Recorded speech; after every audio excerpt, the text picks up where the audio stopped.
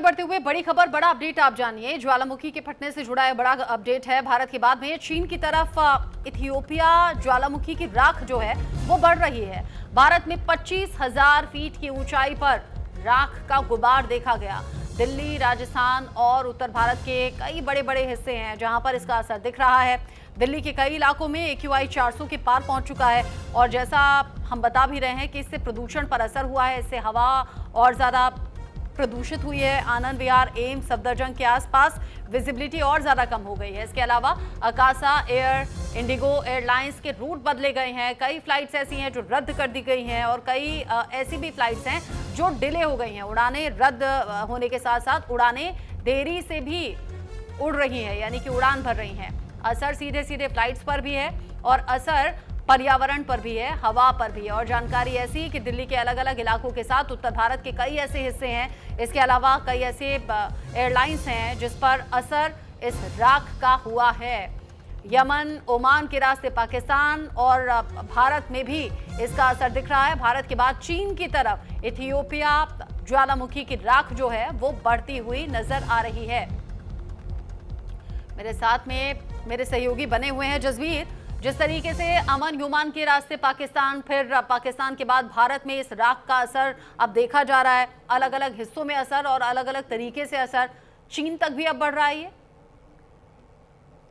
हम बात करें हिंदुस्तान की तो ये बताया जा रहा है गुजरात के रास्ते ये हिंदुस्तान में आएगा और पंजाब, हरियाणा, दिल्ली, राजस्थान इन सभी क्षेत्रों में ये जा सकता है। और यहाँ पे DGCA ने चेतावनी भी दी है कि हो सकता है कि AQI बढ़ सकता है। हालांकि दिल्ली का यहाँ पे 400 नोट किया गया और पंजाब का भी यहाँ पे बढ़ सकता है। पर जितने भी यहाँ पे फ्लाइट थे पंजाब से चाहे दिल्ली से, उनको कई के उन्होंने रूट बदले हैं और कईयों के उन्होंने कैंसिल किए हैं। 7 ऐसी फ्लाइटें हैं जो कैंसिल की हैं।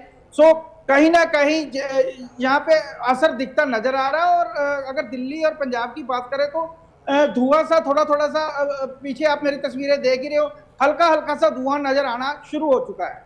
जी रचना, आप बता रहे हैं कि ये असर अलग अलग तरीके से देखा जा रहा है और राजस्थान के बाद दिल्ली में भी असर है, पंजाब के अलग अलग हिस्सों में असर है। आप चंडीगढ़ से साथ में जुड़े हुए हैं और चीन तक भी ये जो राख है इसका असर देखने को मिल रहा है।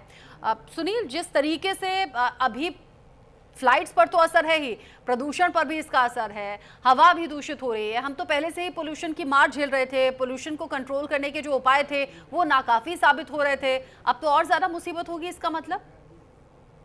जी हाँ, बिल्कुल। ये वाकई में चिंता का विषय इसलिए है कि पहले से हम पिछले 5-7 दिन से, पिछले 10 दिन 15 दिन से लगभग हम सभी लोग प्रदूषण से चिंतित हैं। दिल्ली का एरिया देखिए या जयपुर के जो क्षेत्र कभी कभी प्रदूषण के नहीं माने जाते थे, उनमें भी AQI का जो स्तर है वो बढ़ता जा रहा है। और उसमें अचानक से इस राख का आना, इस गुबार का आना, असल में वो एक तरह से उस प्रदूषण को और बढ़ा देने जैसा है। इसीलिए लोगों की चिंताएं बढ़ गई है, क्योंकि जब इस तरह का प्रदूषण आता है तो आम जन को हो सकता है इस समय पर इसका असर ना हो, परंतु अगर दोबारा ज्वालामुखी फटता है या फिर कभी इस तरह की चीज आती है और राख थोड़ी नीचे आती है तो निश्चित तौर पे लोगों के फेफड़ों में और सांस लेने में दिक्कत आएगी, खांसी आएगी, जिसके कारण हम जब धुआं से इतना परेशान है, अभी जो प्रदूषण है वो धुआं का प्रदूषण है, परंतु अगर उसमें राख और शामिल हो जाती है तो जो राख फ्लाइट के इंजन के लिए इतनी खतरनाक साबित हो सकती है तो हम लोगों के शरीर के लिए वो कितनी खतरनाक साबित होगी। असल में ये सबसे बड़ी चिंता का विषय है और इसी कारण से लोग चिंतित हैं। और हम सिर्फ भगवान से सिर्फ ये कामना कर सकते हैं कि अब दोबारा ज्वालामुखी ना फटे। और जो राख जैसे कि जयपुर से अब बढ़ गई है तो उसके बाद थोड़ी सी राहत की सांस आई है कि जयपुर से थोड़ी सी आगे निकल गई है, परंतु क्योंकि देश में है और ये विश्वव्यापी समस्या है, एक राज्य से निकल जाना, एक देश से निकल जाना, इसकी चिंता खत्म होने की बात नहीं है। क्योंकि जब बात पूरे विश्व की आती है, पूरे आम लोगों की आती है, तो सभी के लिए चिंता का विषय बन जाता है, पूरा ग्लोबली एक चिंता का विषय बन जाता है। ये चिंता का विषय है और इस चिंता को दूर करने के लिए शासन प्रशासन को भी नजर रखनी होगी, क्योंकि सर्दी की शुरुआत भी हो गई है। सुनील, क्या ये भी एक बड़ा चैलेंज है? क्योंकि गर्मियों के दिन में क्या होता है, हवा चलती है, लू चलती है, तो फिर भी ये पोल्यूशन बढ़ नहीं पाता, लेकिन जब जब सर्दी की शुरुआत होती है, हर साल हम देख रहे हैं, ये परेशानी बढ़ जाती है। ऊपर से ये ज्वालामुखी, और ज्वालामुखी फटने के लिहाज से भी ये चिंता कि 12,000 साल बाद पहली बार ऐसा हुआ है। ऊपर से पोल्यूशन पहले से परेशान कर रहा था। जी हाँ, क्योंकि पोल्यूशन की बात हम जब भी करते हैं असल में सर्दियों में ही करते हैं, गर्मियों में हम उसे भूल जाते हैं। और गर्मियों में असल में लेकिन शुरुआत तो उसी समय से हो जाती है। पहले भी आपने देखा होगा, पहले किसानों पे इल्जाम लगाया जाता था कि उनकी पराली के कारण ये हो रहा है, उनके इसके कारण ये हो रहा है, परंतु हम भूल जाते हैं कि विकास की दौड़ में हम जो जिस तरह की गाड़ियों का यूज कर रहे हैं, जिस तरह से हम इंडस्ट्रीज को एक के बाद एक बढ़ावा दिए जा रहे हैं, उनके आसपास का जो ग्रीन एरिया है उसे हम खत्म करते जा रहे हैं। असली चिंता का विषय वो है, कार्बन क्रेडिट के नाम पे लोग जगह जगह पे जंगल एक दूसरी जगह लगाते हैं, कार्बन क्रेडिट लेते हैं, परंतु उसके बावजूद भी वो काम नहीं हो पा रहा जो होना चाहिए। अगर विकास की अंधी दौड़ में हम पेड़ों को काट रहे हैं, हम हरियाली को खत्म कर रहे हैं। हमने किया क्या है? हमने असल में ये किया है कि हमने बाहर से पेड़ काट दिए और घर के अंदर प्लास्टिक के पेड़ लाके लगा लिए, बाहर से घास हटा दी और अंदर लाके हमने प्लास्टिक की घास लगा ली। तो ये जो चीजें हैं, ये असल में सबको धीरे धीरे छोटा छोटा करके नुकसान पहुंचा रही है। चाहिए ये, हम इंडस्ट्रियों को बढ़ने से नहीं रोक सकते, हम गाड़ियों को बढ़ने से नहीं रोक सकते, परंतु हम वृक्ष लगा सकते हैं, हम पेड़ लगा सकते हैं, पेड़ों के अंधाधुंध कटाई को रोक सकते हैं। और ऐसे में कभी पराली की बात और कभी ज्वालामुखी की बात, अगर हमारा पॉल्यूशन, हमारा वातावरण अगर साफ रहे, स्वच्छ रहे, तो इस तरह के जो छोटी मोटी घटनाएं हैं ये इतना असर नहीं डालती। परंतु जब ऑलरेडी पॉल्यूशन से हम परेशान हैं, ऑलरेडी हमारा AQI इतना बढ़ चुका, तो उसमें जब इस तरह की राख आती है तो उसे कहीं ना कहीं और बढ़ा देती है। आप बता रहे हैं, ठीक बता रहे हैं आप। और अब ये जो जिस तरह के उपाय हैं ना, वो ऐसा नहीं होता कि रातों रात हो जाएं या 1-2 दिन में हो जाएं। इस पर शासन प्रशासन को पहले से काम करना होगा। लेकिन क्या आम लोगों के लिए भी किसी तरह का कोई इंस्ट्रक्शन यहाँ पर है, जसवीर सिंह?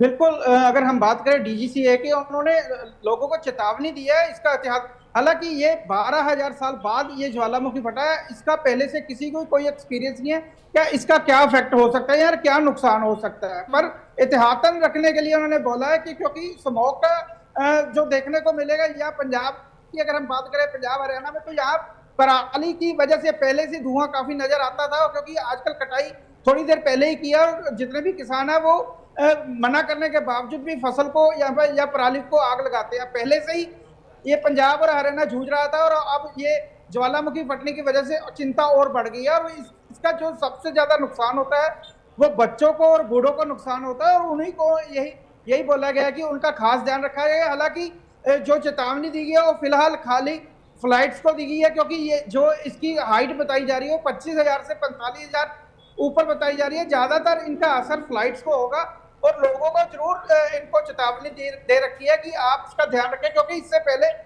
कभी भी ऐसा ज्वालामुखी फटने को देखा नहीं है। और 12,000 साल बाद पहली बार लोगों का ये एक्सपीरियंस होगा, या क्या इसका नुकसान होगा और क्या इसके साइड इफेक्ट होंगे, ये बाद में ही पता चल पाएगा। रचना, साइड इफेक्ट्स पे अब देखना होगा कि किस तरीके के होते हैं, लेकिन अभी फ्लाइट्स को लेकर जानकारी है, साथ ही साथ पोल्यूशन भी बढ़ गया है। जो पोल्यूशन मॉनिटर करने वाली टीम होती है सुनील, जो पहले से काम कर रही थी, क्योंकि ऐसा नहीं है कि सिर्फ दिल्ली NCR में पोल्यूशन है, पोल्यूशन देश के अलग अलग हिस्सों में, अलग अलग राज्यों में, जिलों में दिख रहा है। और अब ये शासन प्रशासन की ओर से कहा जा रहा है कि हम इसको लेकर एहतियात बरत रहे हैं। अब जब ज्वालामुखी फटने की खबर पर हम और आप बात कर रहे हैं, लोग इस परेशानी को महसूस कर रहे हैं, फ्लाइट्स डिले हो रही हैं या रद्द हो रही हैं, तो क्या इस तरफ प्रशासन का ध्यान है? क्या आप कुछ एक्स्ट्रा इंतजाम किए जाएंगे?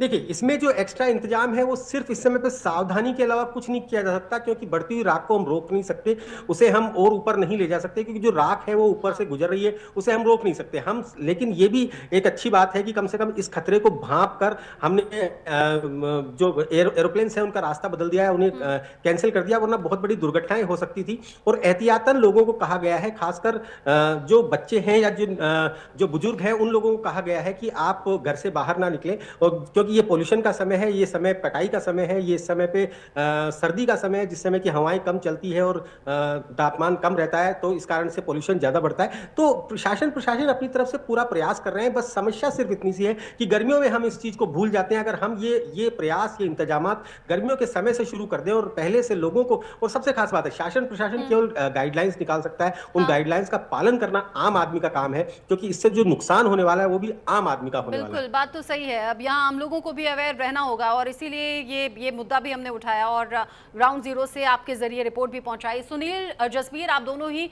हमारे साथ में जुड़े, ये जानकारी हमारे दर्शकों तक पहुंचाई, बहुत शुक्रिया आप दोनों का।